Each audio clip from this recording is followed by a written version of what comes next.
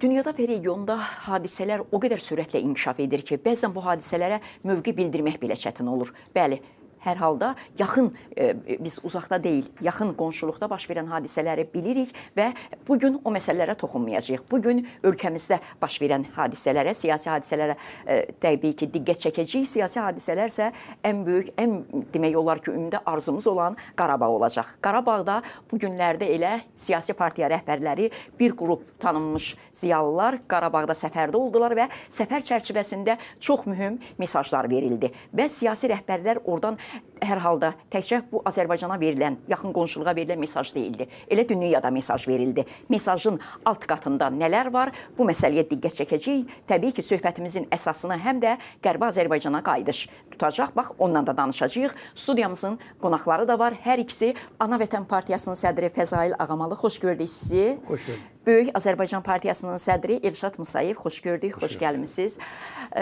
Bu günlərdə hər ikiniz partiya rəhbəri olaraq bir qrup tanınmış ölkənin liderləri ilə Qarabağda səfərdə oldunuz. Elə sizdən başlayaq Fəzail müəllim. Təəssüratınız necə oldu, necə qayıtdınız və orada gördüyünüz nələr yaddaşınıza yazıldı? Çox mükəmməl bir səfər idi, etiraf etmək lazımdır. Bundan öncə biz bir neçə dəfə işğaldan azad edilmiş bölgələrimizdə olmuşduq.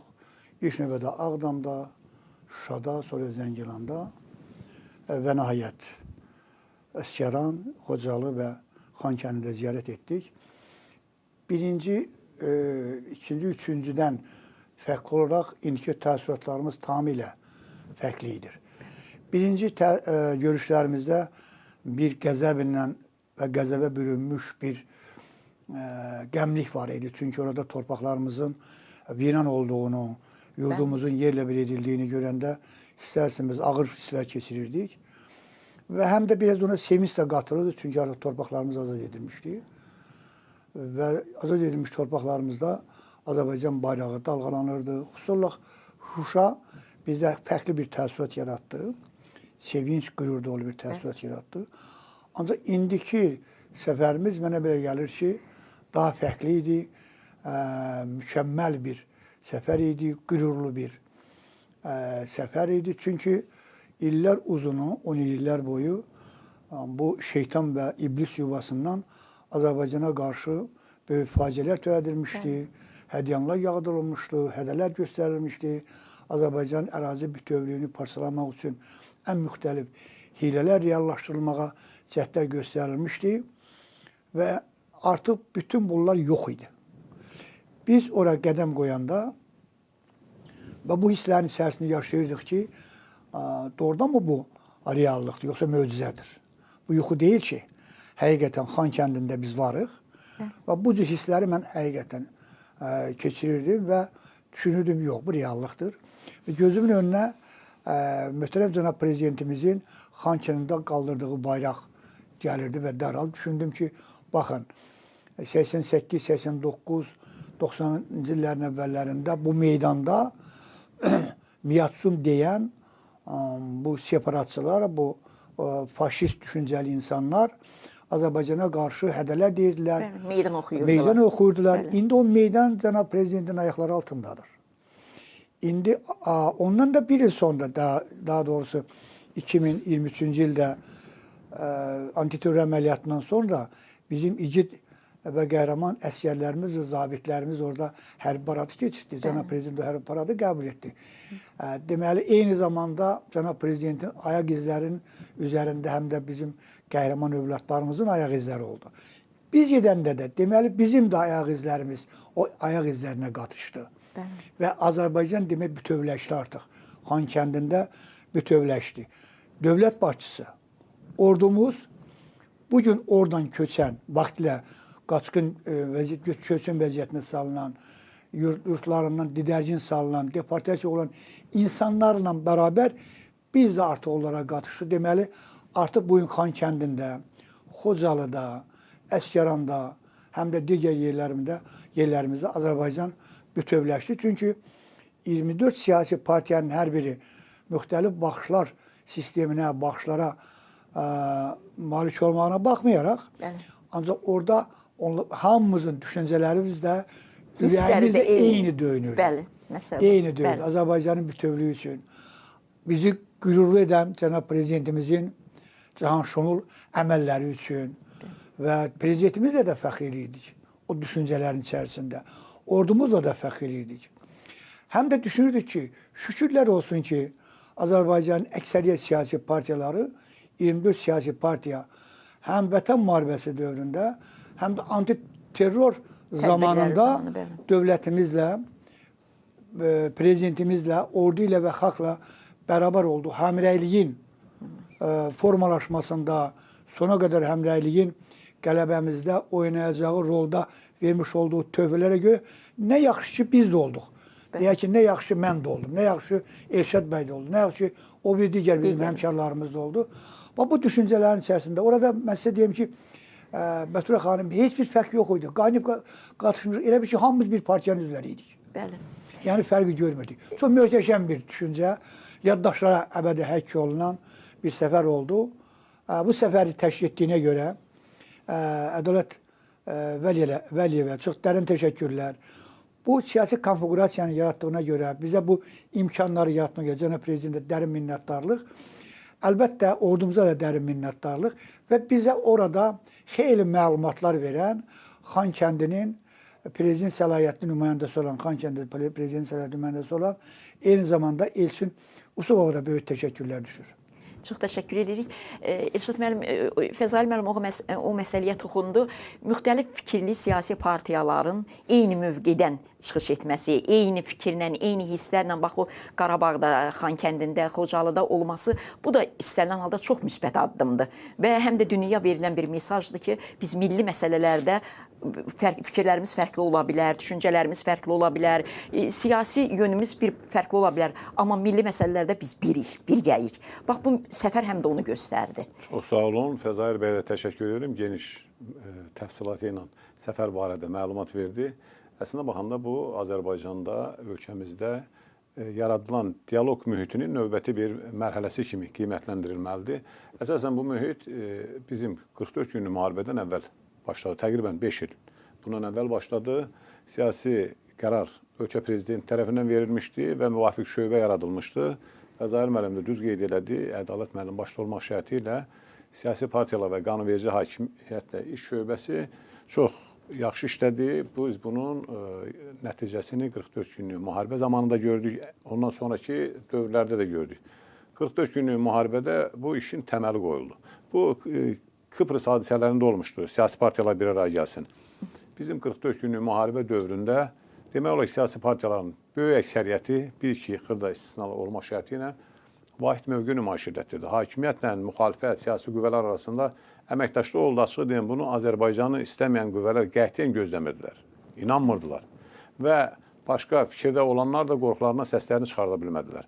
Və qısa müddətdə 44 günlük zaman ərzində biz düşmən üzərində bir qətiyyətli qələbə qazandıq. Eyni zamanda düşmənin arxasında duran qüvvələr üzərində, beynəlxalq güclər, iri dövlətlər üzərində də bu qələbə kimi qiymətləndirilməlidir. Prezident elə yeri gəlmişkən cənab prezident həmişə onu deyir ki, biz iri daşları yerindən tərpətmişik. Elə o arxasında hansı ki separatçıların arxasında duran daşlar narahat olmuşdu bizim o böyük qələbədən. Tamamilə düzdür. Çünki bu işin memarı da Ali Baş Komandan cənab prezident idi.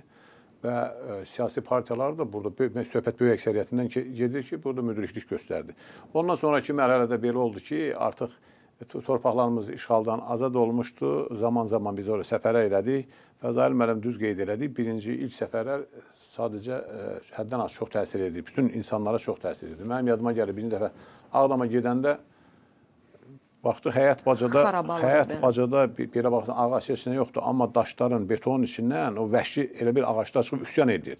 Torpağın rəngi də dəyişmiş. Sanki bir boz bir torpaq olmuşdu. Boz bir torpaq olmuşdu. Belə bir zorlanıb, əzilib, belə çox dəhşətli bir mənzərə idi. Həddən artıq dəhşətli bir mənzərə idi. Sonraki müddətdə bəlli oldu ki, orada olan bu meşələr, xırda, kos, nə var, hamısı yandırılıb. Ermənilər özləri üçün elə bir şərait yaradıblar ki, oradan bir nəfər gələndə də bunlar görsün. Təsəvvür edirsiniz vəhşiliyin dərəcəsinə bax. Həm də bu ərazidə bunların deyildi. Bu da aydın oldu. Biz cürbəcür dövrlərdə getdik, Şuşada da olduq, deməli Ağdamda da olduq. Amma Xankəndi səfərinin əhəmiyyəti həddən artıq böyükdür. Nəyə görə böyükdür? Təsəvvür edin ki, bu separatçıların yuvasında indi gedib bir dənə separatçı yoxdur. Bəli. Bir dənə yox. Onu da nəzərinizə çatdırım ki, vaxtilə bax bu danışıqlar gedəndə bir şeylə də bir xeyli qism adam kənarın təsiri ilə kənar qüvvələrin təsirində olanlar Azərbaycanda reinteqrasiyadan danışırlar. Ermənilərlə reinteqrasiya belə olsun, onlara dərsliyi belə olsun filan. Yaxşı ki, bu televiziyalar var. Bizim mövqeyimiz var ki, heç bir separatçının bu torpaqda yaşama haqqı yoxdur. Əli qana batan Azərbaycan xalqının qanına kim varsa da, kimin suçu varsa da bu rədd olub çıxıb gedəcək. Bəli. İndi ona görə bir tərəfdən də onunla əlamətdar idi ki, ermənilərin vaxtı ilə o at oynatdığı, o miasum dediyi, ondan sonra nə bilim, ermənicə çıxışlar elədiyi meydanlar bizim nəzarətimizdədir. O dağ, dərə, ərazi, bütövlükdə torpaq bizim nəzarətimizdədir və artıq dünya da qəbul edir ki, bu torpaqlar heç zaman artıq kənar güclərin nəzarətində olmayacaq və bundan sonraki mərhələdə mən hesab edirəm ki, siyasi təşkilatların da ümumi bir təşkilat sədrlərində ümumi bir fikir var idi. Hamı əvvəllər bəlkə kimsə ehtiyatla yanaşırdı, ümidsizcəsinə yanaşırdı. Amma indən sonraki mərhələdə də Azərbaycanın Bu səfərdə bir maraqlı olan bir tərəfdə o dediniz ki, ilk birinci səfərlərdə biz görürdük dağılıb, pərişan olurduq, o kadrları elə görmək, özü canlı görmək, o hissləri yaşamaq çox ağır olurdu. Bu səfərin həm də önəmli olan odur ki, siz orada aparılan tikinti quruculuq işlərində gördünüz. Gördünüz ki, orada Xocalıda evlər tikilib, artıq hansı ki, Xocalı qanla suvarılıb, ermənilər orada bir soyqırım törədib bizim millətə qarşı. Artıq o yaraları sağaltmaq üçün evlər tikilir, artıq ora nəfəs gəlir, öz sahibləri öz yurt yerlərinə qayıdırlar. Bundan başqa Xankəndində aparılan tikinti quruculuq işlərini gördünüz. Bu da bir fərqli mənzərədir. Tamamilə doğrudur. Əslində bizim birinci, ikinci, üçüncü səfərlərimizdən fərqli olaraq, indi bu dəfə biz Zəngilanda gedəndə xatırlayırsa, İlşad bəy yəqin orada da tikinti işləri zadı gedirdi, yəni yol çəkilirdi və s. Ancaq burada fərqli bir mənzərə idi. Burada Əsgərandan başlamış ta Xankəndinə qədər bizim səfərdə olduğumuz yurt yerlərimizdə bir tikinti meydançası görüntüsü var idi. Azərbaycan üçün çox böyük işlər görülüb tikinti sahəsində. Həm də sizə deyim ki, Əsgəran qalasına qədər yollar tam asfaltlaşdırılıb, yəni yeni yol infrastrukturu yaradılıbdır. O digər yerlər də tikinti işlərinin apardığına görə, yol infrastrukturu yeniləndiyinə görə orada gedir. Yəqin kömək edirəm ki, bir neçə ay azada o da bitəcək. Yəni yol infrastrukturu tamamilə yekunlaşacaq. Xatırlayırsınızsa, deməli biz gedəndə orada Ağdamla Əsgəran arasında Xıdırlı deyilən bir yer var idi. Mən soruşdum, bu nədir? Dedi, Xıdırlı adlanır. Xıdırlı. O Xıdırda bəlkə də mən deyərdim ki, 5.000, 10.000 bir ev var idi, tikilmiş. Hazır vəziyyətdə böyük bir yaşayış massivi son tamamlama işləri gedirdi. Baxdırsan, fərəh duyurdun ki, bax, dövlətin gücü budur. Xalqın iradəsi budur. Cənab Prezidentin düşüncələrin bəhrəsi, reallığa çevirdiyi həyat budur. Ona sonra mənə ən çox xoş gələn təəssüratlardan biri də Xocalı faciəsinin yaşadığı o niskilli anların sanki bugün o mənzərə ilə yeni bir mərhələsinin düşüncələri, görüntüsü gözümüzün qabağında canlandı. Balıca kəndində, o məktəbin önündə 4-5-ci sinifin şagirdləri futbol oynayırdı. Görürsünüz, sizə də diqqətə, hamı o... Bəli, o tamamilə fərqli bir düşüncə idi. Məsələn, mən onu Xocalı ilə müqayisə etdim, dedim ki, buyurun şərəfsiz qan içən ermənilər. Siz bu Xocalının... Bu həm də sizi duyğulandıran bir məqam olub. Bəli, hamımızı duyğulandırdı, açıqca deyim ki. Onun nəslini kəsmək istədiniz, o nəslin övladları bugün bu Balıcada futbol oynayırlar. Bu sabahın əsgərləridir, sabahın zabitləridir, sabahın millət vəkilləridir, dövlət məmurlarıdır. Bax, bu gəlir nəsil. İndi bunu bizə kim verdi? Bunu möhtərəm cənab prezident verdi. Yəni, bunu hər zaman, hər dəqiqə demək, etiraf etmək mütləq lazımdır. Həm də ona görə faydalıdır ki, hələ də nanəcib, anti-milli qüvvələr başqa düşüncələrlə, hələ də beyinlərini köhnə düşüncələrlə yaşatmaq davam edirlər. Və beləliklə biz Xankəndinə gələndə, artıq Xankəndi təbii ki, dağılmış yer deyildi. Fərqli olaraq elə Əsgəran da, Xocalıda təbii ki, biz Xocalının özünə girmədik, onun kənardan hava limanını və eyni zamanda Rusların qərargah deyilən yerlərin pəncərədən müşahidə etdik. Görürük ki, hələ orada işlər davam etməlidir və s. Ancaq Xan kəndindən daha fərqli idi. Biz o küçələrdən gedəndə baxdıq ki, orada ən müxtəlif reklamlar Azərbaycan dilində. Həm də mənim gözüm diqqətimi məsələ Şəki evi. Dedim, bu göz Şəki evində nə var? Bu Şəki evində hələ də düşüncələrimdə qaldım. Sonra ən əhəmiyyətli ondaydı ki, biz Artunyan, Arik Artunyanın restoranında adı dəyişən bəyaz restoranında nar elədik. Nə gözəl. Nar elədik və orada bizim təbii ki, yüksək əfariyyəmiz, səmimiyyətimiz, sifətlərimizdə gülüş, təbəssüm və bütün aroanı tamamilə, keçmiş aroanı tamamilə yerlə bir edirdi. Xan kəndi də yeni köhnə binalar tam restavrasiya edilir, tam görkəmi dəyişilir. Yeniləri tikilir. Məsələn, orada konferansiya, böyük konferansiya zalı tikiləcəkdir. O universitetin, Qarabağ Universitetinin yanında söylədilər. Qarabağ Universitetinin rektoru ilə görüşümüz oldu.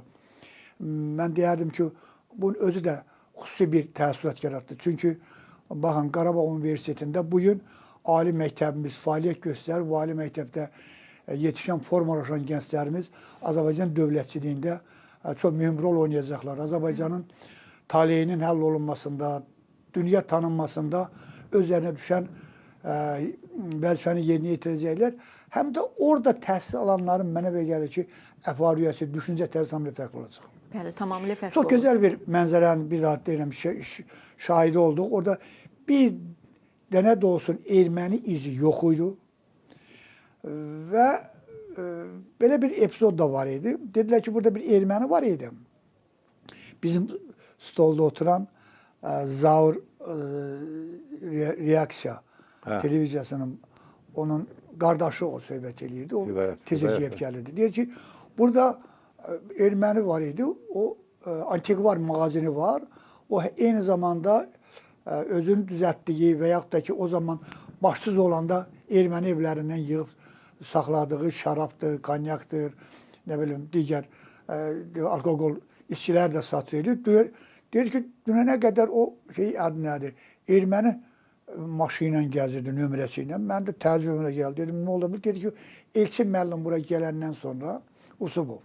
Bütün bunların hamısına son qoyuldu. Artıq o erməni maşında yoxdur. O erməni maşını, yəni nömrəsi də yoxdur. Yəni Azərbaycan ölkəsində, Azərbaycan ərazisində yaşayırsa, bəli. Xırda ancaq vacib göstəricidir. Bəli. Sən burada yaşayırsansa, Azərbaycan qanunlarına tabe olmalısan. Sən erməni nömrəsini burada necə gəzirə bilərsən? Bəli. Deməli, bu da həll olunur. Yəni, bu xırda epizoddan başlamış. Ta ciddi məsələlərə qədər Xan kəndi tamamilə Azərbaycanlaşmış, tamamilə türkləşmiş bizim qədim yurtlarımızdan biri kimi bu gün özünün bir intiba dövrünü yaşamaqdadır. Bəli, və o hissləri, və elə hisslər var ki, onları dilə gətirmək bəzən çətin olur. O məqamda, o yerdə insan daha çox elə hisslər keçirir ki, yaddaşına yazılır, amma dilə gətirmək çətin olur. Bizim dilə gətirmək istədiyimiz, bax o keçirdiyimiz hissləri, Bəyək Fəzali müəllim dedi ki, bütün demək olar ki, adam duyğulanırdı ki, o yurt yerlərimizi dağıdıblar, onlar özlərinin deyildi deyə dağıtmışdılar. Və bizim bugün həm də baxıb ürəyimiz ağrıdığı bir yurt yerlərimiz var, Qərbi Azərbaycan torpaqları. Bax, orada niskinlə baxırıq, hansı ki, bizim evlərimizdə elə evlər var, heç yaşamırlar. Ona görə ki, ermənilər nə qədərdilər ki, çox xırda bir toplumdular. Bizim yurt yerlərimiz orada böyük yurt yer mahallarımız var, Göyçə mahalı, Zəngəzur mahalı. Yəni, onların heç ona insan resursu yoxdur yaşamağa. Amma o yurt yerlərimiz, evlərimiz dağılıb, dağıdılıb. Demək olar ki, tarixi abidələrimiz silinib. Bax, onları Qarabağla müqayisə eləyəndə və gözümüzün qabağına həm də indi siz danışdınız ki, gözümün qabağına gəlir ki, bəli, bax, orada gedib o təəssüratlara baxmaq, görmək yerində, yəqin ki, o hissləri də biz yaşayacağıq və uzaq tarix olmayacaq o tarix. Bizim ermənilərdən fərqimiz bilirsən nədir? Bizim hər birimizin, mənim telefonum deyəsən, bizim kəndin şəkili var. Fəzali müəllimin telefonuna baxsaq, kəndin şəkili var. Rayonun, bölgənin şəkili var. Hətta körpə uşaqlarda, Elşad müəllim, oradanı görməyən belə, məsələn, Fəzali müəllimin nəvələri var yəqin ki, yəni o uşaqlara belə canına hopdur, sonra sizin yurt yerləriniz. Məsələn, onu soruşur sən, indi bir də var, deyirsən, hara alırsan? İndi bəzən də heç düzgün alınmır. Biz hamımız deməli biz Azərbaycanlıyıq. Yox, mütləq kökünü Ancaq bilməlisən deyirlər ki, də. sən kökün harda, hansı bölgədəndir demək olar. Onlar deyir biz Zəngəzurluyuq. Görürsünüz, İdildə, bax, bir genetik kod çəkir. Bəli, yəni onlardan fərqimiz odur, bəli. Fərq bilirsin nədir, bax. Biz baxdıq Xankəndiyə küllü miqdarda xaricdən vəsait pullar veriblər. Amma siz gördünüz evlərin böyük əksəriyyəti köhnə evlərdir. Yəni o pul veriləndə bunların deyil. Bəli. Xərcləmək istəmirlər. Amma Azərbaycan torpaqlarını işğal altında saxladılar, 20% ərazilərimizi darmadağın elədilər. Çünki onların deyil. Qərbi Azərbaycanı istənilən adam deməli, oranın əlaqəsi olan baxsın, öz kəndinə baxsın, rayonuna baxsın. Deməli heç bir təmir, tikinti işi demək olar ki, getmir. Ola bilər orada bura bir iki xaç qoyarlar. Amma elə bil ki, orada onları deyir, əksəriyyəti qaçıb çıxıb gedib. Əslində baxanda bir şeyi bilməliyik ki, bu Ermənistan məsələsi iri güclərin əlində bir layihə idi. Bu layihə iflasa uğradı. Böyük Ermənistan filan gördünüz, Böyük Ermənistan getdi yavaş-yavaş, Orta Ermənistan, Azərbaycan tarixinin çox şərəfli bir səhifəsini yazırıq. Orada ona görə hadisələrin içində olduğumuza görə Fəzail müəllim ola bilsin, Böyüklüyü o qədər dərk edə eləyə bilmirik hələ ki. Açığı deyən, bax, son 200 ildir bizim Hadisələrin içində tariximizə olur, baxaq. Ərazilərimiz işğal altında, kəsilə-kəsilə, ona verilib, buna verilib, millətimiz bölünüb. Bax, bu gedib. İndi sanki bir intibah dövrüdür. İndi qalxırıq. İndi balaca uşaqlar da, bax, o vaxt bir video verirdilər, o deməli, məcburi köçkün vəziyyətinə salınır, qaçqın vəziyyətinə salır. Bax, uşaq belə durub, gözündə kədər, qəm, bəlkə də yaş var filan. Həmin uşaqlar sonra göstərdilər, tankın üstə getdilər, torpağı azad elədilər. Bu milləti nə qədər əzsələr də, sıxsalar da bizim tarixi keçmişimiz olduğu, imperial quran bir millət olduğumuz birində, genetik kodumuzun nə qədər güclü olduğu birində. Təbii ki, orada bir fəxarət hissi keçirirdi. Məsələn, Xankəndinə baxanda, Xankəndinin dörd tərəfi belə dağlar tutub. Mən deyirəm, düz elə bir bizim kəndin havasıdır. Bizim kəndin də dörd tərəfi belə dağlar tutub. Təqribən dərin səviyyəsinə hündürlüyü belə. Bir başqası deyir ki, şu ilə bizimki belədir. Biri belə, cürbəcür. Ona görə orada olan insanlar da əksəriyyətində bir fərah hissi idi, bir qürur hissi keçirirdi. Doğrudan da bax, təsəvvür edək, bu 44 günlük müharibəni özünü başlamaq çətin ağır bir şeydir. Böyük, özdəki kənardan da təzyiqlər, təsirlər vardı ki, yox, mümkündür. Qərbi Azərbaycanda gedib, Qarabağda gedib, başqa torpaqları gözləyən ermənilər at oynadır. Ondan sonraki müddəti, bax, 44 gün müharibəni elədi, qutardı. Ondan sonra nə qədər bizə baskı oldu? Nə qədər baskı oldu? Biz yavaş-yavaş, addım-addım, mərhələ-mərhələ keçdik. Heç kəsin gözləmədiyi hallar idi. Azca sərhəd keçid məntəqəsi qoymaq. Yadınıza gəlir bu ekofəalların tədbiridir. Ondan sonra biz sərhəd keçid məntəqəsi qoyduq, gələn gedənin qabağını aldıq. Hamı bura gəlirdi, şadaraya dönmüşdü. Böyük Britaniya parlamentindən gəlir, Fransadan gəlir, oradan buradan İran türləri gəlir. Belə bir vəziyyətdən biz addım-addım irəli gedə bildik. Bu çox ciddi Azərbaycanın gələcəyi üçün çox ciddi strateji addımlar idi. Biz bunu atdıq. Çox böyük tarixi hadisə idi. Əlbəttə, bu tarixi hadisəni də biz yaşadıq. Biz yenə deyirəm, Xankəndinə gedəndə Xocalı idi. Xocalıda elə bilən ki, o yaranın artıq əvəzi çıxır. Bəli, qaysaqlayır sanki. Elə bir, bəli, təbii ki, bu millətimizin qan yaddaşına həmişə qalacaq. Allah qəni rəhmət eləsin şəhidlərimizə, o deməli, dünyasını dəyişən insanlarımıza, eləsi var qətlə yetirildilər, eləsi var müharibədə şəhid oldu, eləsi var əza vəziyyətə dözə bilmədi, ürəyi dağlanan parçalanan insanlarımız oldu. Amma bunun əvəzinə biz öz yurdumuza, yuvamıza sahib çıxdıq, vətənimizə sahib çıxdıq. Prezident dəfələrlə çıxışlarında deyib ki, bizim heç bir dövlətə, heç bir ölkəyə qarşı ərazi iddiamız yoxdur. Amma bizim Qərbi Azərbaycana qayıtmaq haqqımız var, hüququmuz var. Ermənistan bunu qəbul etməlidir, təşkil etməlidir. Azərbaycanlılar Qərbi Azərbaycandan didərgin salınmış, deportasiya olunmuş 300 mindən artıq soydaşımız ləyaqətli şəkildə, təhlükəsiz şəkildə öz yurt yuvalarına qayıtmalıdırlar və biz ora sülh yolundan qayıdacağıq. Aparılan diplomatik bütün danışıqlar, görülən işlər də bunu deyir və ermənilərin necə deməsindən asılı olmayaraq biz bu haqqımıza da çatacağıq. Qarşıda hədəf var. Məsələ bundadır ki, biz 2 əsrdir, 2 yüzillikdir ki, torpaqlarımızı itirə getmişik. Və bütün bir Azərbaycan paralanıb, parçalanıb. Bəli. Bir hissəsi cənub olubdur, bir hissəsi şimal olubdur. Bu şimalın da bir hissəsində Ermənistan dövləti yaradılıbdır. Rusiyanın geopolitik layihəsi kimi. Rusiya imperiyası Dərbəndi götürübdür. Bu tərəfdən Bursalı da vaxtilə hansısa bir şəkildə Azərbaycandan paralanıb və götürülüb. tarix belədir ki, tarixin obyektiv inkişaf qanununa uyğunluğu var və o inkişaf qanununa uyğunluğu yeni çağrışlar qoydu qarşıya. O çağrışlar zamanında ayrı-ayrı millətlərin liderləri o çağrışlara uyğun olaraq özünün milli mənafeyi və maraqları çərçivəsində onu uzlaşdırıb, reallaşdıra bilirsə, o ölkənin, millətin tarixi lideri kimi tarixə düşür, əbədiləşir. İndi bu başladı bu öndərimizdən güclü dövlət yaratdı, bu dövlətin təməlini qoydu və bizə və gələcək nəsillərə ərmağan elədi.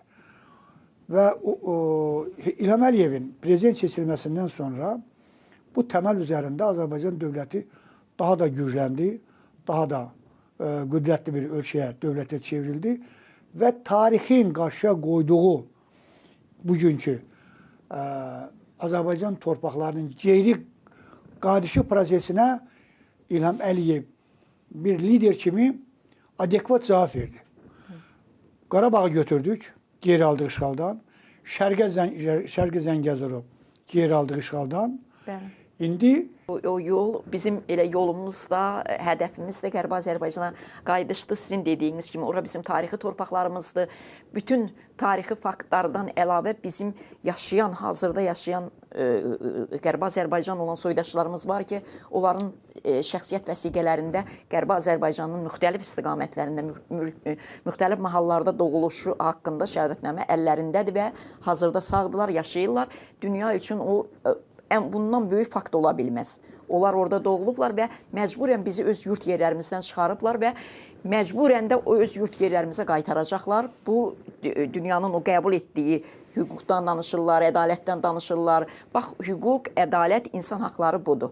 300 mindən artıq, mən hələ bir əsrdə 4 dəfə deportasiya olunanları yox, son 87-91-ci ildə 300 mindən artıq soydaşımızın çox vəhşicəsinə oradan öz yurt yuvalarından çıxarılmasının hər halda bunun tarix var, faktlar var və bunu Ermənistan qəbul etsə də, etməsə də gerçəklik budur və biz öz yurt yerlərimizə qayıdacağıq. Ermənistan da bunu qəbul etməlidir və edəcəkdir. Çox təşəkkür edirəm, çox sağ olun. Həm əhatəli oldu, həm duyğulu oldu. Çox təşəkkür edirəm. Belə, siz də sağ olun, hörmətli tamaşaçılar. Bizi izləməkdə davam edin. Biz yenə də görüşəcəyik. Amma hələlik burada, studiyamızda. Qərbi Azərbaycana isə mütləq qayıdacağıq. Sağ olun, salamat qalın.